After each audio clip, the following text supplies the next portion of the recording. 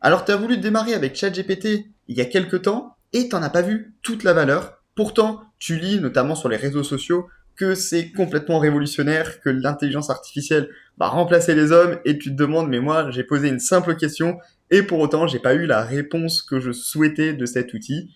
Eh bien, rassure-toi, tu es au bon endroit aujourd'hui, étant donné que dans cette vidéo tutoriel, je vais t'apprendre à prendre en main les prompts dans ChatGPT pour pouvoir optimiser les prompts que tu vas taper avec ChatGPT et ainsi maximiser la valeur que va t'apporter cet outil dans les réponses parce que je t'assure que c'est tout à fait révolutionnaire ce que peut t'apporter ChatGPT dans ton quotidien afin de pouvoir tout simplement doper ta productivité.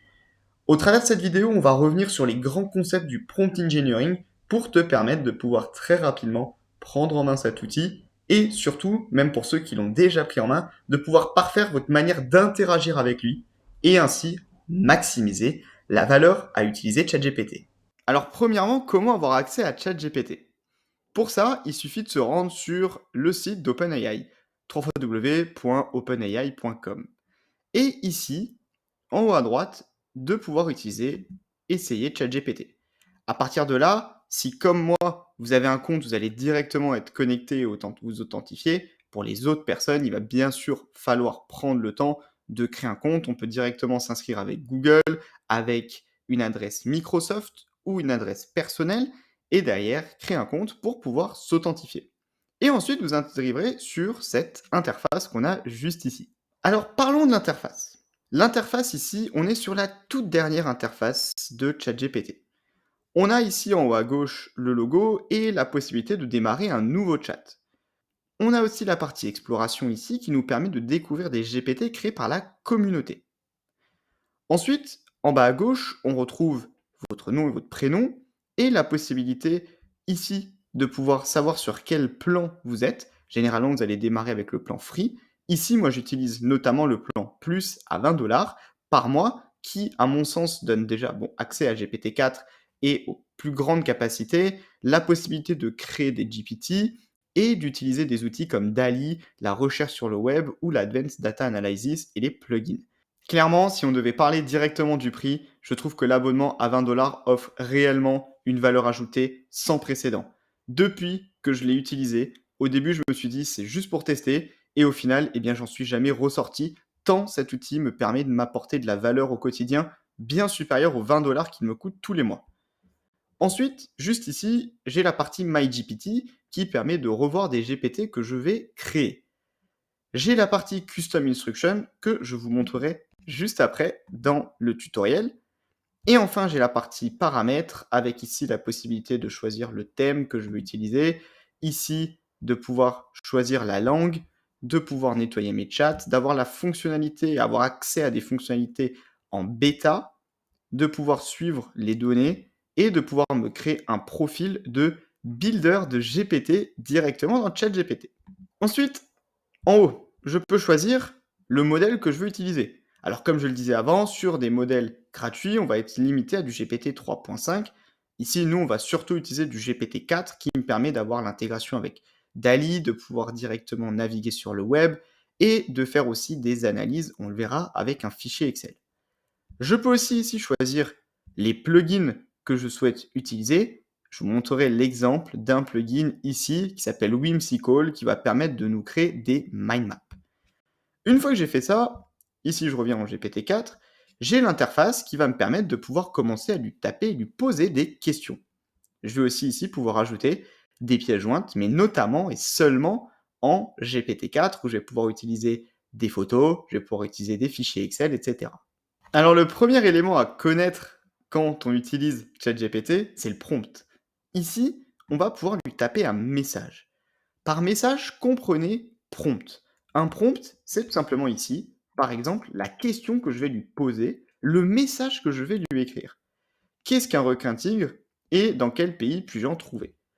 Ici, directement, du coup, j'ai envoyé un prompt à ChatGPT. De ce prompt, ChatGPT va me fournir une réponse. C'est ce qu'on va appeler du coup la réponse de manière très classique. Ici, j'ai donc mon prompt, qu'est-ce qu'un requin-tigre? Et on peut voir ici que ChatGPT me fournit la réponse à mon message, ma question, ou bien mon prompt. Ici, il m'explique voilà, le requin-tigre et il me fait toute l'explication sur le requin-tigre, sa taille, son habitat, son comportement, etc. Ici en bas, si je le souhaite, je peux arrêter la réponse de ChatGPT à n'importe quel moment. Mais je trouve ça intéressant de vous montrer comment il peut me répondre jusqu'au bout en répondant à ma question: qu'est-ce que le requin-tigre? Et il me dit que je peux les trouver dans de nombreux pays côtiers où les eaux sont chaudes. Concernant les prompts, on peut en faire beaucoup de choses. Par exemple, ici, est-ce que tu peux me traduire cette phrase en espagnol? J'aimerais développer mes applications en no-code pour gagner en temps de développement.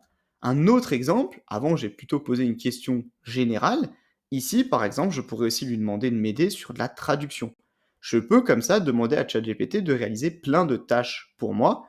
Et ici, alors j'ai pas des grandes compétences en espagnol, mais il me répond simplement en espagnol. D'ailleurs, dites-moi dans l'espace commentaire, pour ceux qui parlent espagnol, si c'est bien la bonne traduction, mais généralement ChatGPT ne se trompe pas trop. Alors ensuite, lorsqu'on va se parler de prompt, je vais ici lui coller un prompt, créer un texte en mode publicité pour ma formation Power Apps Master. Donc là, je lui demande de me créer tout simplement, voilà, comme ça, un petit texte. Alors il ne connaît pas ma formation Power Apps Master, c'est assez intéressant. Et si on regarde bien, pour autant, il a compris que ça traitait de Power Apps et il est en train de me faire un texte en mode publicité avec des emojis sous une certaine nomenclature. Et comme ça, voilà, il m'a rédigé tout mon petit texte sur Power Apps Master. Alors il me dit, pour devenir maître de Power Apps avec notre formation, transformez votre carrière, une formation pratique et intensive, apprenez des experts, rejoignez une communauté et boostez votre carrière. Donc plus ou moins des choses qui sont disponibles par exemple dans ma formation Power Apps Master. Donc c'est assez intéressant déjà ici de voir que finalement ChatGPT est capable de vous créer des choses, du texte. Si j'avais voulu écrire ce texte en mode publicité, bah, ça m'aurait pris déjà quelques minutes pour ne pas dire quelques heures. Ici, on est tout à fait d'accord que je devrais le personnaliser pour avoir une réponse beaucoup plus optimale, étant donné qu'il ne connaît pas ma formation, mais j'ai déjà une base de travail très solide. Mais heureusement, on est capable aussi de venir aller dans des prompts un petit peu plus intermédiaires, un peu plus avancés, pour pouvoir le guider. En effet, il ne connaît pas ma formation, mais c'est pas un souci, je vais pouvoir tout simplement aller lui dire de quoi traite ma formation. Créer un texte en mode publicité, de nouveau la même trame de mon prompt, pour ma formation à destination des professionnels qui utilisent Office 365 et qui n'ont pas de compétences techniques pour débuter rapidement avec Power Apps. Donc là, en fait, je tourne le texte d'une autre manière. Je lui dis que je veux cibler certaines personnes, que ce sont des professionnels qui utilisent Office 365 et je veux leur permettre de débuter rapidement avec Power Apps. Et on voit ici que tout simplement à partir de là, sa réponse va totalement changer, étant donné qu'il va avoir beaucoup plus de contexte sur ma formation. Donc je peux rédiger comme ça des meilleurs prompts à chaque fois pour permettre à ChatGPT d'avoir beaucoup plus d'informations sur moi. Le but, plus je lui donnerai de contexte, plus je l'informerai sur ce que je recherche, plus il sera derrière pertinent. Et là, on voit que maintenant sa réponse, bah, parfait pour les professionnels qui utilisent Office 365, ça transforme sa manière de travailler, c'est adapté et accessible, c'est un accompagnement par des experts, une intégration parfaite avec Office et ça traite de Power Apps. Donc en fait, on est totalement sur le cœur de cible recherché pour cette formation. Donc c'est un exemple très précis entre ce que j'avais à la base et une manière beaucoup plus personnalisée dans mon prompt, plus de contexte, pour permettre à ChatGPT de m'apporter la meilleure des réponses possibles. Autre possibilité, bah, tout simplement, ça va être ici de demander à ChatGPT quel est pour toi le meilleur prompt.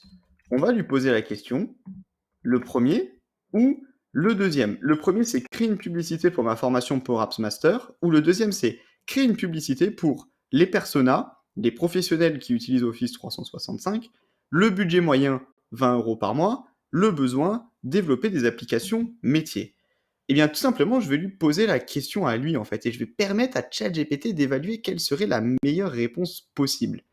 Et comme ça, bah, en fait, ChatGPT, il est capable lui-même d'auditer mes deux prompts pour s'assurer que derrière, j'utilise le meilleur prompt possible. Donc en fait, quand vous utilisez l'outil, si vous vous interrogez sur deux choix, bah, en fait, posez-lui la question et il pourra vous répondre.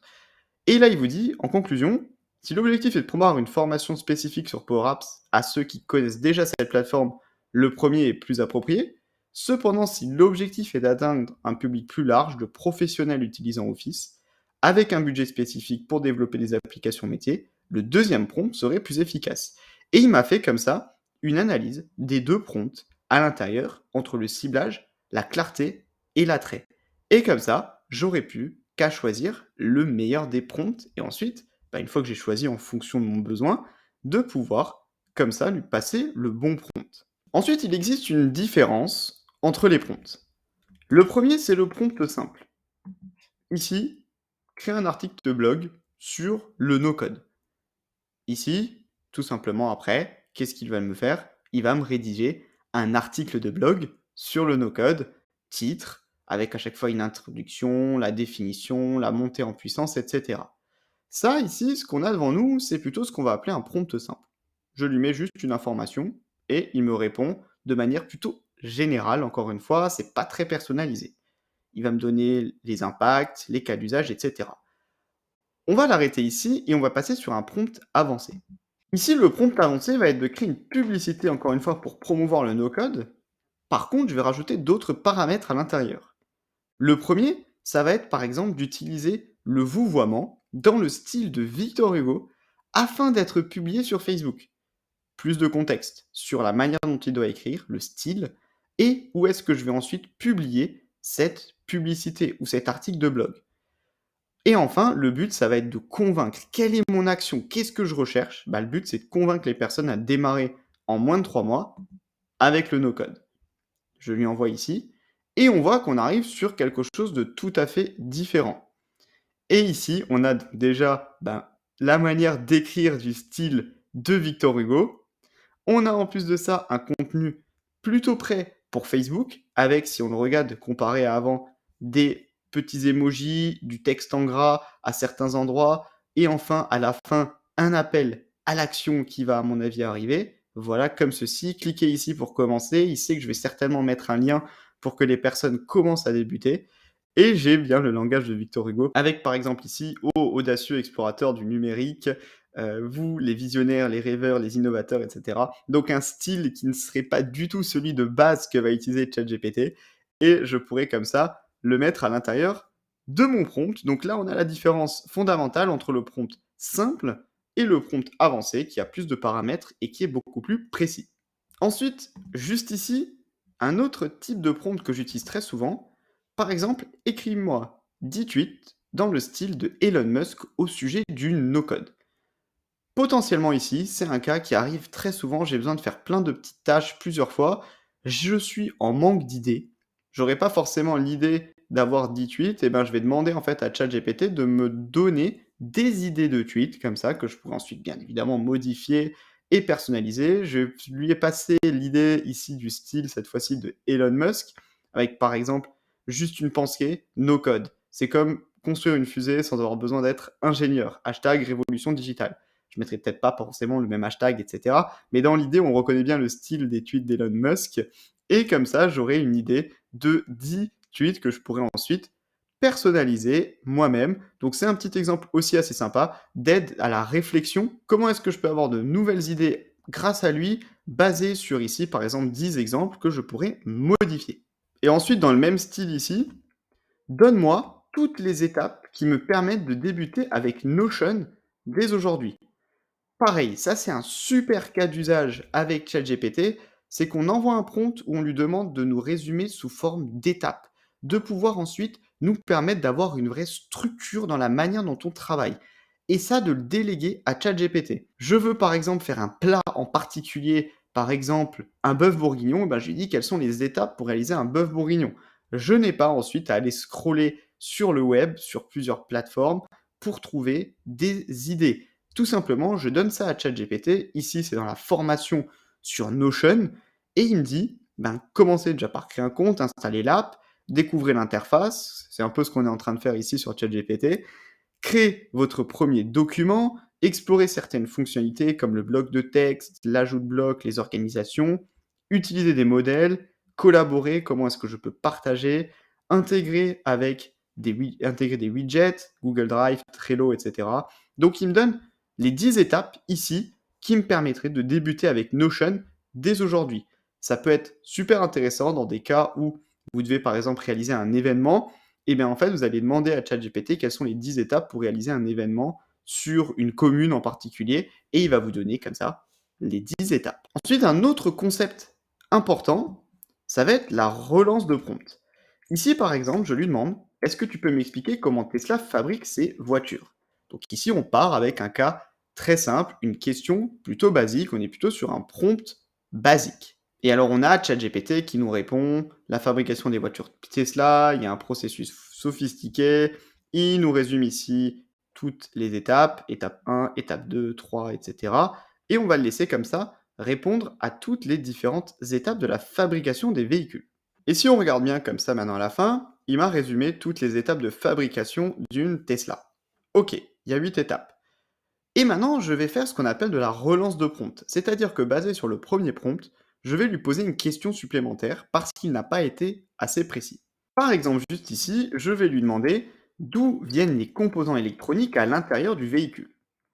Comme ça, il sait que le véhicule, quel véhicule? Bien en fait, il sait très bien que le véhicule, c'est la Tesla, étant donné que dans la première question, je lui ai posé une question relative au Tesla.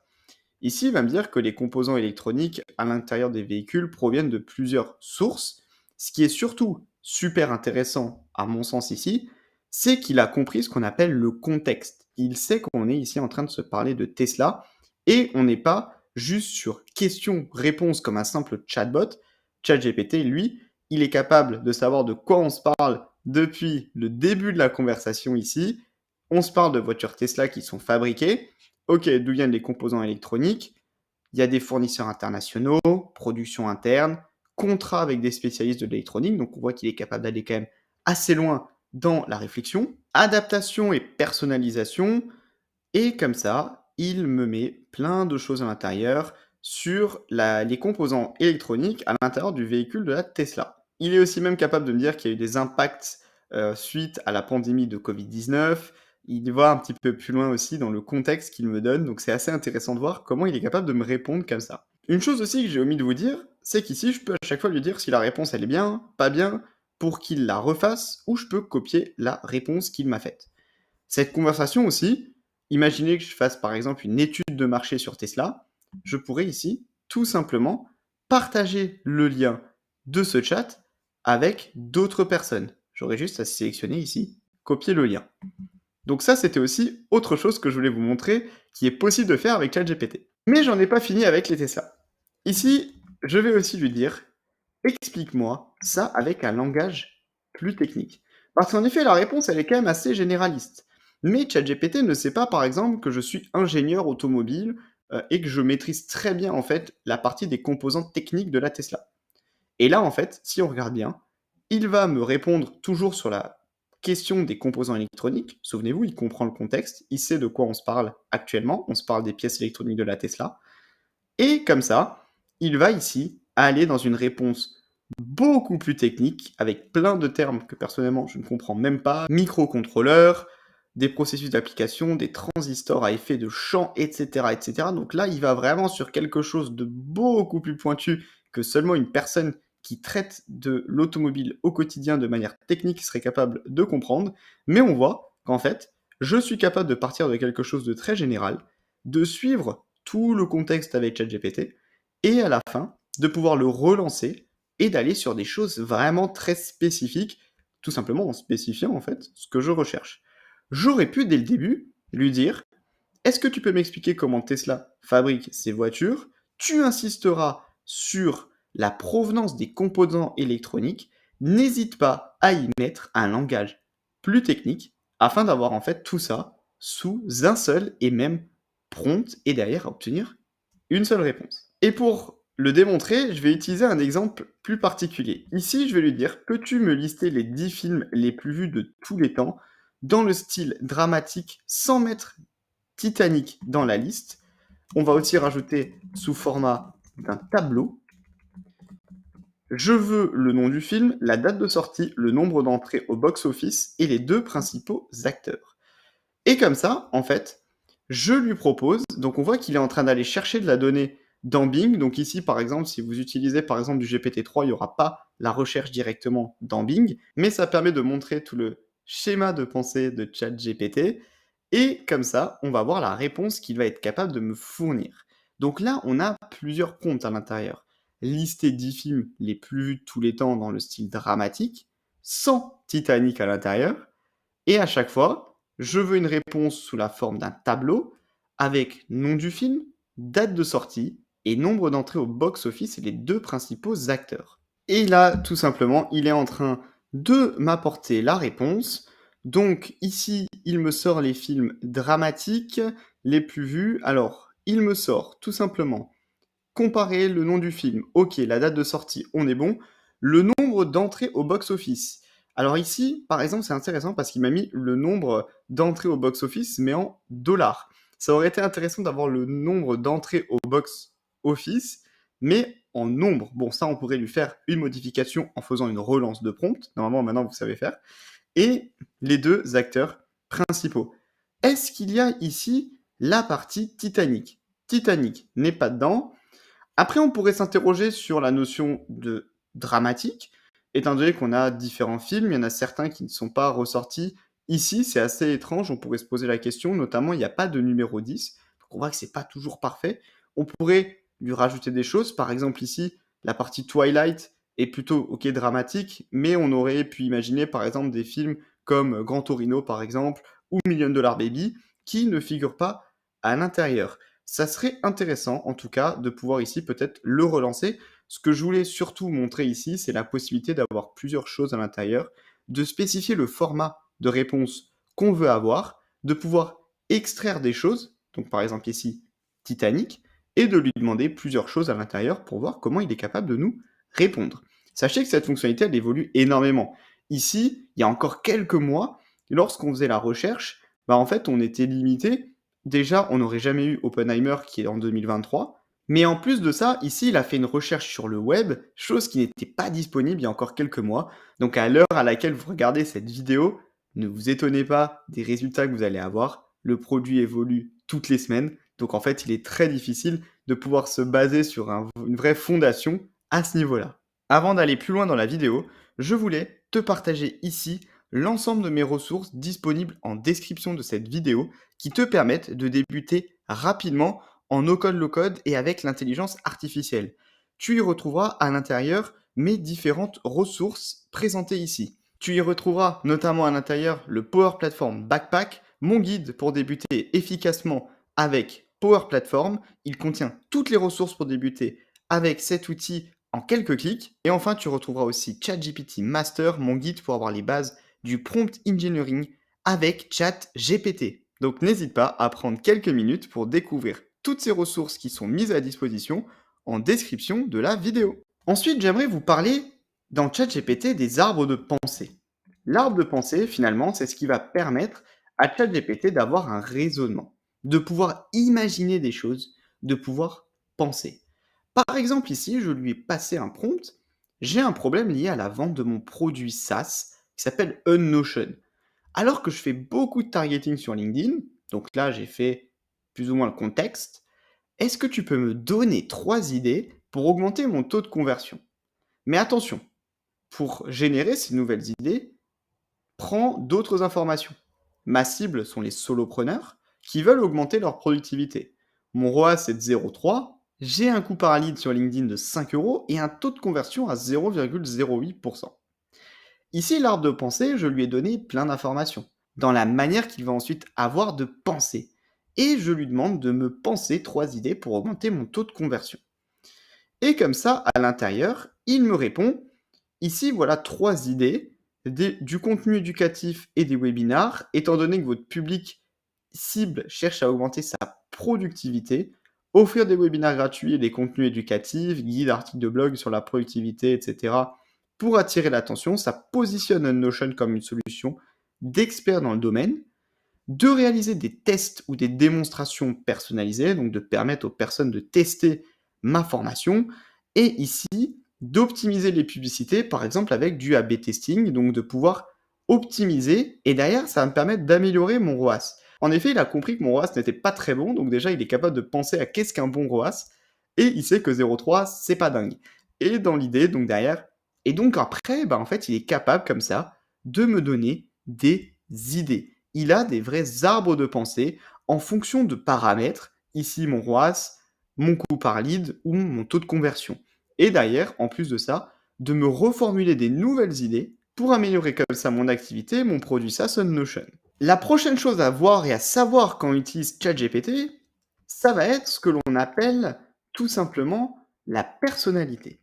Comment est-ce que je peux donner une personnalité à ChatGPT? Depuis avant, il me répond de manière assez simple, assez classique. Il est capable d'aller chercher des informations très pertinentes, mais en fait, dans la réponse que je vais pouvoir lui apporter, si on se souvient du cas Tesla, à un moment, je lui ai dit, donne-moi un langage plus technique. Donc, il est passé sur un langage plus technique. Mais ici, je vais lui dire, tu es développeur Notion depuis 7 ans. Donc déjà, un niveau plutôt élevé. Tu vas me créer une trame de formation en ligne pour pouvoir permettre à chacun de développer avec Notion. Cette formation, elle doit cibler les experts et les débutants en revenant sur les parties les plus utilisées comme les pages, les formules, l'API, les automatisations et le design. N'hésite pas à détailler. Donc ici, en fait, je lui dis, t'es pas n'importe qui, ChatGPT. Tu es un expert de Notion, tu es un développeur Notion depuis 7 ans. Tu vas me créer une trame de formation, et puisque tu es expert de Notion, tu vas pouvoir cibler les parties les plus importantes de Notion. Ici, dans l'introduction, il me dirait de faire les fondamentaux, ensuite de passer sur les automatisations, comprendre l'API, le design, les ateliers de projet pratiques, avec à chaque fois des exercices comme ça à l'intérieur.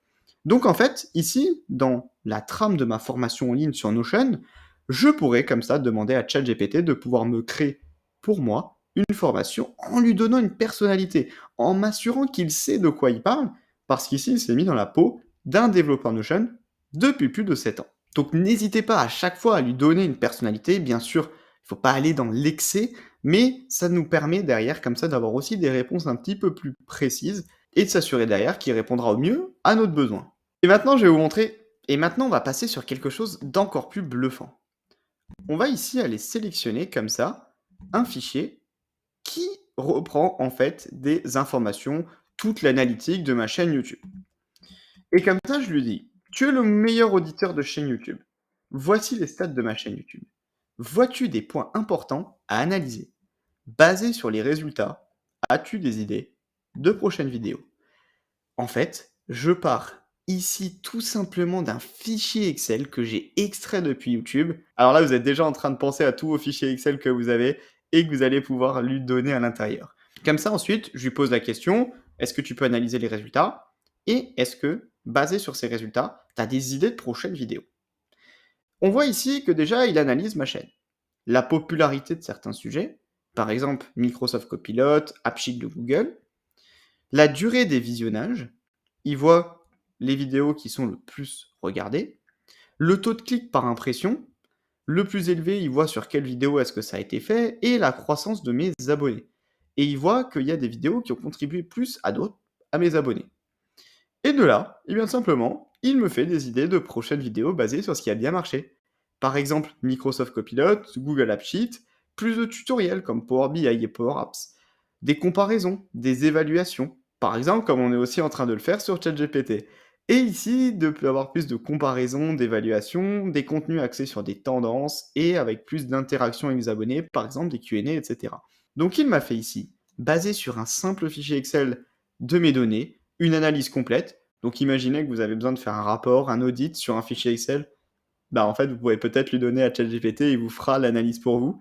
Et ensuite, derrière, de baser sur une analyse, de me donner des nouvelles idées de vidéos, de prochaines vidéos. Donc en plus, de me projeter dans le temps avec l'arbre de pensée. Alors si on se parlait de la personnalité de ChatGPT juste avant, vous allez me dire, ouais, mais à chaque fois, je suis obligé de lui donner sa personnalité, de me donner un format de réponse, etc. Eh bien, pas du tout. En fait, pour ça, il y a une fonctionnalité qui est vraiment géniale.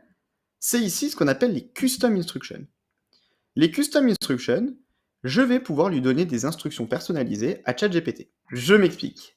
Ici, on me demande ce que j'aimerais donner comme information à ChatGPT à chaque fois. Donc, je vais lui dire qu'il est expert de Make pour développer des automatisations. Sa mission, c'est d'aider les entrepreneurs à automatiser leur business sans coder. Et le ton qu'il doit utiliser dans ses réponses, c'est un ton plutôt friendly sans être grossier.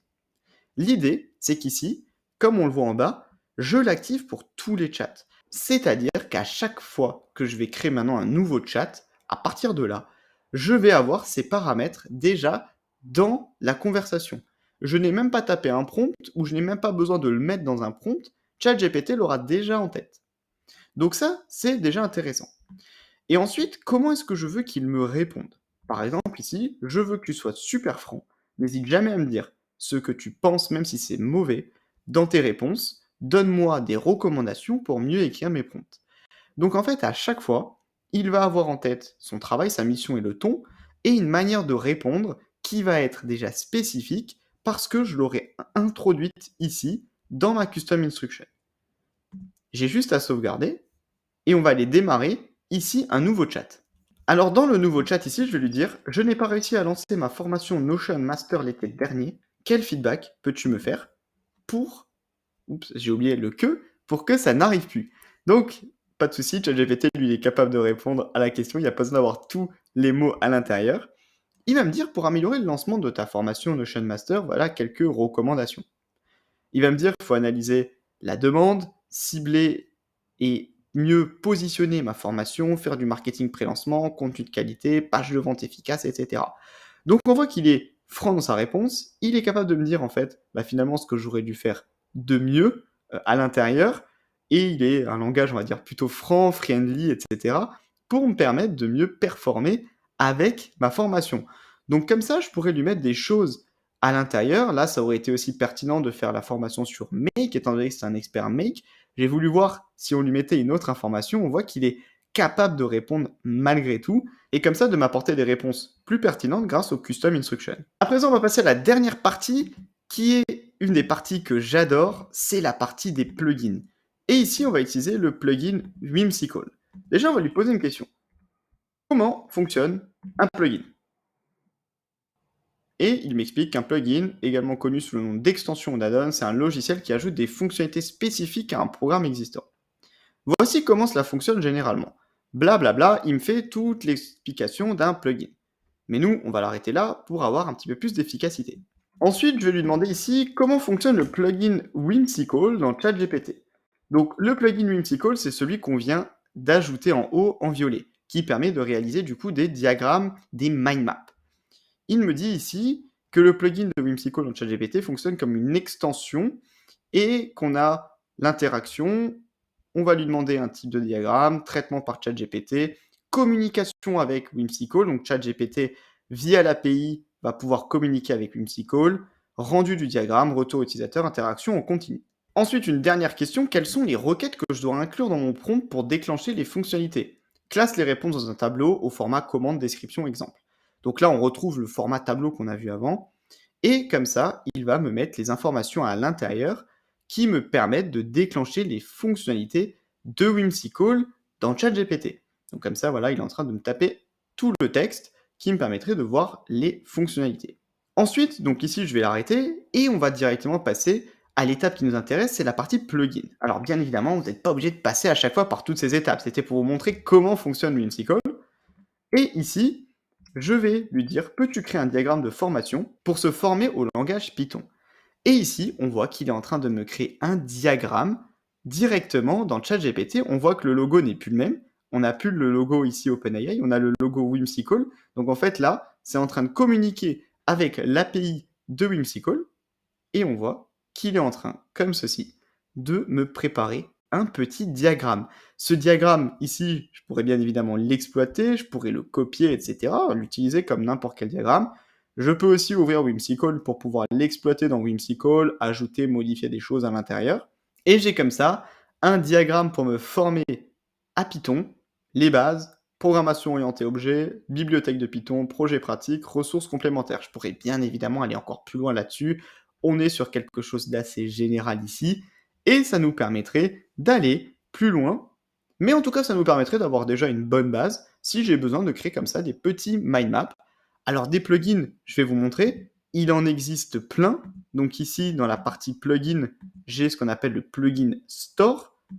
Il y en a vraiment des centaines.